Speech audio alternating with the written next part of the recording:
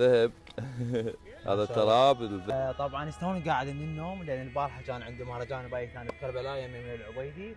كان عندنا مهرجان برعايه اسيسيل بمدينه نوارس كربلاء، دا تشوفون حتى يعني شعري وهاي استوني قاعد فامير فاجئني بهديه صراحه جدا ثمينه وحبيت اراويكم اياها. هاي الهديه طبعا بس للاشخاص الله يسلمك المحترمين احنا نعطيها. جدا ممنون يعني. وطبعا هاي الهديه هي من العتبه الحسينيه المقدسه. شكرا العتبه الحسينيه. خل اراويك. تحياتنا لهم طبعا. اكيد السيد ياسر. هاي سبحه اللهم صل على محمد. من تربه الامام الحسين. الله هاي سبحه من تربه الامام الحسين عليه السلام. وهاي تربه. اللهم صل على محمد. وهاي حجر. شوفوه حجر من ضريح الامام الحسين. هذا حجر يعني تقدر تسوي محبس. اقدر اسوي محبس يعني من الضريح، هذا من داخل الضريح. تعال خلاويك هذا الشيء. نشوف بابا تعال. وهذا الذهب.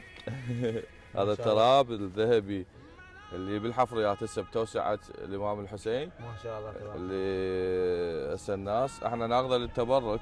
ما شاء الله. احنا تدري هو ماكو غير رب العالمين، بس احنا نروح للامام الحسين الامام العباس وسيله تقربنا طبعا للائمه، وما عندنا غير الائمه احنا نروح لهم.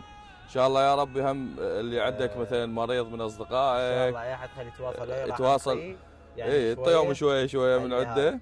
وشكرا جزيلا لحضرتك امير العبيدي. لا بالعكس. وتحياتنا العتبه الحسينيه، وشكرا على كل شيء. اهالي كربلاء من اهم الناس واطيب الناس اللي شفتهم بحياتي، وامير صاحب فضل علي ساعدني هواي بدايتي. بدايه مسيرتي. تستاهل. شكرا كلش هواي. الله يحفظك. الكلام يعني يعجز الكلام الصراحه. حبيبي الله يحفظك.